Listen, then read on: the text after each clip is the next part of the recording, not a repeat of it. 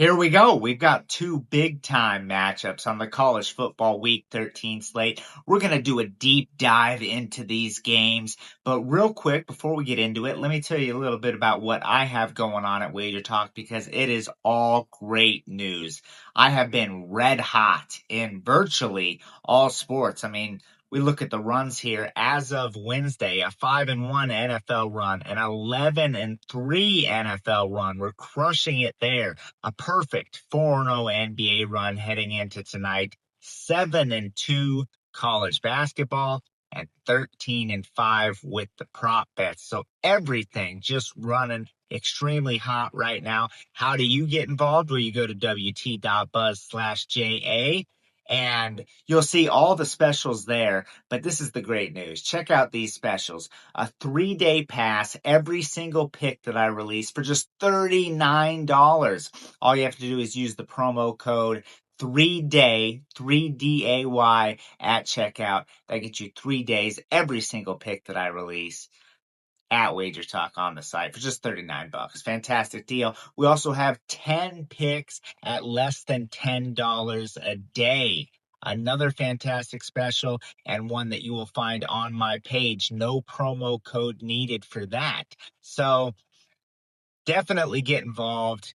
We're running hot in all sports. So wt.buzz/JA is where you go. And while you're at it, go ahead and like this video and subscribe to the channel. 230,000 subscribers and counting. You want to be one of them because we pump out a lot of great content here at WagerTalk, me and all the other handicappers. So, starting off, Missouri at Oklahoma. And we've seen this line creep down. We've got Oklahoma consensus -7.5 right now is really the prevailing number. And hopes are high in Norman, right? Oklahoma just went into Alabama, handing them their first home loss in, I think, 18 games. And now the Sooners are headed to the college football playoff if they can win the rest of their games, and that's a big if. So sit at 8-2. There is no margin for error, and if you watch that game over Alabama, the offense really did not play very well for the Sooners. It was the defense that came up strong, and this is an Oklahoma defense led by Brent Venables that had not forced many turnovers throughout the course of the season, but they sure did against Alabama. Ty Simpson throws a very rare pick six, another turnover deep in their own territory, and another one after that. So the offense not necessarily putting up a lot of points. Quarterback John Mateer has not looked the same since coming back from injury, although he did play well on Saturday. I'll definitely give him that.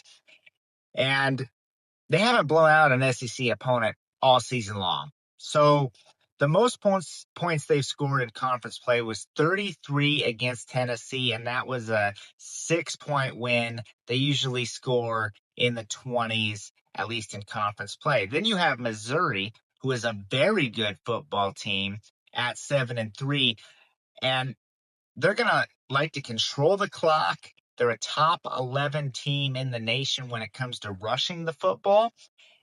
And they're going to do that behind Ahmad Hardy, one of the best running backs in the nation, arguably the best, kind of this year's version of Ashton Genty. He has 1,346 yards with 15 TDs. That leads the nation. And they're going to look to ride him hard because Bo Prabula, the quarterback, he is likely out. That means Matt Zollers is under center for Mizzou. Missouri fresh off a 49-27 blowout beatdown over Mississippi State. So we know this team can score. The question isn't whether or not Oklahoma is going to win the game. Remember that. We're playing the number here. And laying over a touchdown with Oklahoma is asking a lot against this Missouri team. That's why we're seeing this number creep down. I'm going to recommend a play on the Missouri Tigers plus 7.5. Another reminder to go ahead and like this video, drop us a comment down below, and make sure you're subscribed to WagerTalk. It gets you access to all the videos that come out every single day. We have over 30 handicappers on this site that are putting out good content on a daily basis. So like and subscribe once again.